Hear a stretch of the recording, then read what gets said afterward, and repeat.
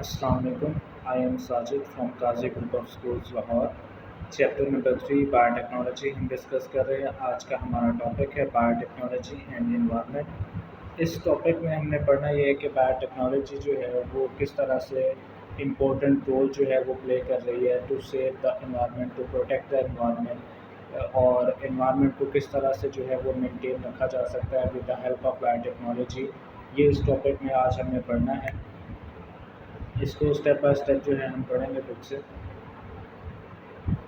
यहाँ से पहला पॉइंट अगर आप देखें, scientist have developed biodegradable plastics. Unlike other plastic, this plastic can be broken down into simpler substances by bacteria and fungi. आजकल जो है बायोटेक्नोलॉजी की मदद से जो है वो बायोडिग्रेडेबल प्लास्टिक जो है वो बनाया जा रहा है। अमूमन जो आम प्लास्टिक होता है उसको जो है वो डिग्रेड नहीं कर सकते। एक दफ़ा जो चीज़ें उसमें इस्तेमाल हो गई हैं, आप उसको दोबारा जो है वो डिकम्पोज नहीं कर सकते। वो एनवायरनमेंट में जो है एक्यूमुलेट होता रहेगा, और इस तरह से जो है हमारे जो सोर्सेज हैं वो भी ख़त्म होंगे, और उसको जो है वो दोबारा से हम इस काबिल इस्तेमाल को जो है वो उस तरह से नहीं कर सकते जिस तरह से होना चाहिए। लेकिन जो डिग्रेडेबल प्लास्टिक है, वो एक दफ़ा हम अगर उस बायोडिग्रेडेबल प्लास्टिक से हमने कोई चीज़ बनाई है तो हम उसको दोबारा जो है वो डिकम्पोज करके उसको रिसाइकल करके जो है वो सिंपल सब्सटेंसेस बना सकते हैं बाय बैक्टीरिया एंड फंजाई।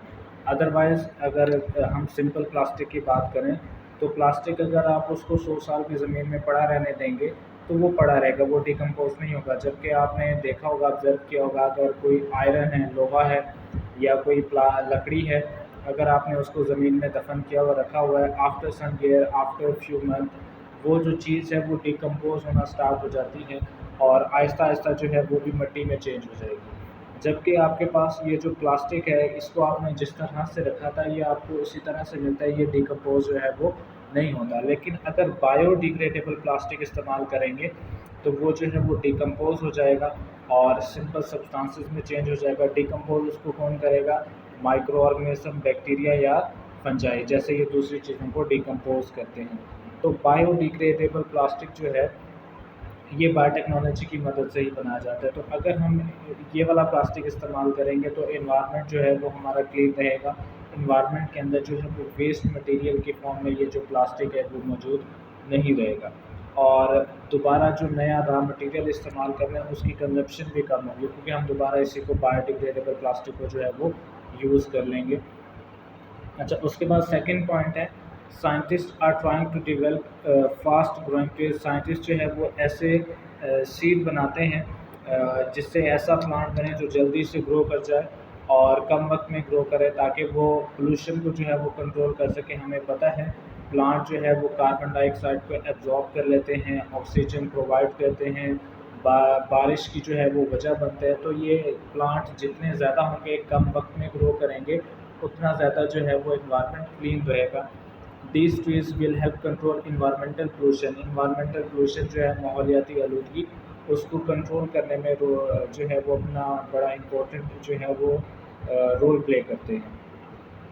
उसके बाद पेस्टिसाइड मेडिसिन को कहते हैं, ऐसी मेडिसिन जो पेस्ट को किल करने के लिए इस्तेमाल की जाती है। और पेस्ट जो है वो आपको डिफरेंट प्लांट्स पर, डिफरेंट क्रॉप्स पर जो है वो नज़र आते हैं in the form of insect. इसके लिए पेस्टिसाइड इस्तेमाल होती है। पेस्टिसाइड अगर ज़्यादा, अगर हमारे पास इंसेक्ट और पेस्ट का अटैक हो चुका हुआ है क्रॉप पर, तो ज़्यादा सारी पेस्टिसाइड उस पर अप्लाई होगी। पेस्टिसाइड खरीदने के लिए पैसे भी चाहिए।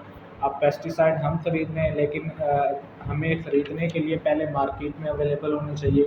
मार्केट में कहाँ से आएगी? इंडस्ट्री से आएगी। तो तमाम जगह पर जितना ज़्यादा कंजम्पशन होगा उतनी ज़्यादा अमाउंट में ये बनेगी, और उतने ज़्यादा जो है वो पैसे खर्च होंगे, उतनी ज़्यादा जो है वो फिर पोल्यूशन क्रिएट होगी। तो इस सब से बचने के लिए बायोटेक्नोलॉजी की मदद से जो है वो इनका सलूशन ढूंढा जा रहा है कि कैसे पेस्टिसाइड या इंसेक्टिसाइड के इस्तेमाल को कम किया जाए, जो दवाइयाँ स्प्रे करते हैं प्लांट्स पर। इसको पढ़ते हैं। Pesticide are chemical compound that are used to kill pest, that is insect for example of crops. Farmers have to spend a lot of money to buy pesticide जो किसान है उनको बहुत ज़्यादा पैसा खर्च करना पड़ता है अद्वियात ख़रीदने के लिए, जिसको स्प्रे कहते हैं। और इस सब को कम करना है बायोटेक्नोलॉजी की मदद से। Biotechnology has given a solution to this problem. Some bacteria and fungi are being to use to destroy pest. बजाय इसके कि हम मेडिसिन इस्तेमाल करें, स्प्रे इस्तेमाल करें, साइंटिस्ट जो है वो बहुत से बैक्टीरिया और फंजाई के बारे में जो है वो मालूमात इकट्ठी कर रहे हैं, ऐसे बैक्टीरिया या ऐसे फंजाई जो पेस्ट को किल कर सकें। और उस फील्ड में बजाय इसके कि स्प्रे किया जाए पेस्टिसाइड का, वो बैक्टीरिया और फंजाई जो है माइक्रो ऑर्गेनिज्म वहाँ पर इंट्रोड्यूस करवाए जाएँ जो कि पेस्ट को किल कर दें। जैसे हमने प्रीवियस टॉपिक में प्रोटीन की बात की थी कि प्रोटीन जो है वो प्रोड्यूस होता है जिससे इंसेक्ट और पेस्ट जो है वो किल हो जाते हैं अगर वो उसको ईट करेंगे तो। उसके बाद नेक्स्ट पॉइंट है waste water treatment plant use microorganisms to break down complex pollutants into simple substances। Waste water, ये जो सीवेज वाटर होता है अक्सर, इसमें आपको पता है कितना जो है वो ऑर्गेनिक मैटर जो है वो मौजूद होता है, वेस्ट मटेरियल मौजूद होता है, किचन गार्बेज, ये सारी चीज़ें जो हैं उस पानी के अंदर मौजूद होती हैं। उस पानी के अंदर वो जो कॉम्प्लेक्स सब्सटेंस है उसको डिकम्पोज करना है, ब्रेक डाउन करने के लिए जो है माइक्रो ऑर्गेनिज्म का जो है वो इस्तेमाल किया जाता है, जिसमें बैक्टीरिया की हम बात करते हैं। और पानी को जो है वो काबिल इस्तेमाल भी किया जाता है in other countries, European countries. हमारे यहाँ तो ये इतना जो है वो हमारे पास वसाइल नहीं हैं या इतने पैसे नहीं हैं और हम टेक्नोलॉजी की तरफ ज़्यादा फोकस नहीं करते, लेकिन बैरून ममालिक में इस पर जो है वो बहुत ज़्यादा काम होता है। अच्छा, ये आपसे क्वेश्चन पूछा इस तरह से जा सकता है, लॉन्ग क्वेश्चन है ये, एक्सप्लेन बायोटेक्नोलॉजी एंड एनवायरनमेंट। तो ये पूरा फिर आपने करना है। उसके बाद डिटर्जेंट, एंजाइम एंड बायोफ्यूल, दो हेडिंग है हमारी बुक में लिखी है। आपसे क्वेश्चन पूछा जा सकता है कि बायोटेक्नोलॉजी की मदद से जो है वो कैसे डिटर्जेंट, एंजाइम प्रोड्यूस किए जाते हैं और उनका क्या रोल है। और दूसरी तरफ पूछा जा सकता है कि बायोटेक्नोलॉजी को इस्तेमाल करते हुए जो गार्बेज है उसको बायोफ्यूल में जो है वो कैसे कन्वर्ट कर सकते हैं। अच्छा जी, what do you know about detergent enzyme, इसके बारे में आप क्या जानते हैं। Using biotechnology scientist have developed detergent enzyme which remove protein, starch and fatty acid present on the items being washed। ऐसी तमाम चीज़ें जो हम घर में इस्तेमाल कर रहे होते हैं कपड़ों पर या उसके अलावा बर्तन जो है उन पर प्रोटीन, स्टार्च या फैटी एसिड के अगर जो है वो दाग लग जाएँ तो उनको किस तरह से रिमूव किया जाता है। डिटर्जेंट एंजाइम की मदद से जो है वो उसको वॉश किया जाता है और वो जो दाग हैं, वो चिकनाई है, वो तमाम चीज़ें जो हैं वो ख़त्म हो जाती हैं। ये भी किसी हद तक जो है वो बायोटेक्नोलॉजी की मरहून मिन्नत ही है। और कौन से एंजाइम इसमें इस्तेमाल हो सकते हैं, लाइक लाइपेज, अमाइलेज, इस तरह की चीज़ें। अच्छा, उसके बाद नेक्स्ट आपके पास शॉर्ट क्वेश्चन है, what is the role of biotechnology to produce biofuel. तो इसका आंसर राइट तरफ नीचे 3 लाइनें लिखी हूँ। Using biotechnology garbage can also be converted to biofuel, garbage को बायोफ्यूल में कन्वर्ट कर दिया जाता है। मतलब ये जो गार्बेज है इसको जो है वो एक गैस की फॉर्म में कन्वर्ट कर दिया जाता है, फिर इस गैस को जो है फर्दर कन्वर्ट किया जाता है इनटू एन एथेनॉल। एथेनॉल जो है वो एक बायोफ्यूल के तौर पर इस्तेमाल होता है। Using biotechnology garbage can also be converted to biofuel, this biofuel can be use to run generators to produce electricity.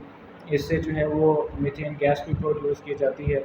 और मीथेन गैस वही जो हमारे पास घर में रसोई गैस आती है, CH4 जिसे हम कहते हैं, वो प्रोड्यूस करवा कर जो है इससे हम जनरेटर जो है वो चला सकते हैं जिससे इलेक्ट्रिसिटी प्रोड्यूस होती है। तो ये दो शॉर्ट क्वेश्चन आपसे पूछे जा सकते हैं और इससे पहले ये आपके पास होम क्वेश्चन है। अच्छा, इसके क्वेश्चन मैंने अलहदा से भी यहाँ पे मेंशन कर दिया ताकि आपको क्लियरली समझ आ जाए। पहला क्वेश्चन लॉन्ग क्वेश्चन आपसे पूछा जा सकता है, right a note on biotechnology and environment. Page number 25 पे इसका आंसर मौजूद है, आपको बता चुका हूँ मैं पहले। उसके बाद सेकंड क्वेश्चन जो यहाँ पे पूछा जा सकता है, what do you know about detergent enzymes.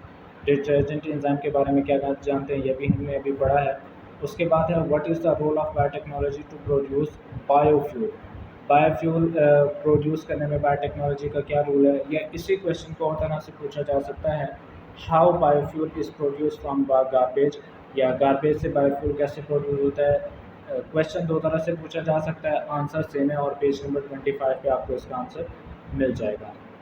अच्छा जी, ये आपको डायग्राम्स नज़र आ रहे हैं, इनके नीचे 2 लाइनें लिखी हुई हैं, इसको MCQ के तौर पर जो है वो आपने याद करना है। Biodegradable plastic is the product of biotechnology, इसको पहले भी मैं बता चुका हूँ। दूसरा मैंने यहाँ पर एक वर्ड यूज़ किया है, किचन। किचन से मुराद किचन के अंदर जो इस्तेमाल होने वाली चीज़ें हैं, और बाकी उसके अलावा जो हमारे पास जो एज़ अ वेस्ट मटेरियल या एक्स्ट्रा चीज़ें बच जाती हैं, लाइक एक्स्ट्रा खाना बच जाता है बर्तन धोते वक़्त, उसके अलावा जो है जितने भी हमारे पास चिकनाई वाले बर्तन हैं उसको आप वॉश करते हैं, फिर वो सारा कुछ जो है वो पानी के होते हुए पानी के साथ शामिल होकर जो है वो सीवरेज वाटर में चला जाता है। तो किचन से मुराद किचन में बाकी जो वेस्ट मटेरियल बचता है वो वाटर के अंदर शामिल होकर सीवरेज वाटर तक पहुंच जाता है, उससे मुराद ये बात है। इसको जो है वो थोड़ा सा क्लियर कर लीजिएगा। This is all about today's lecture. Thank you so much.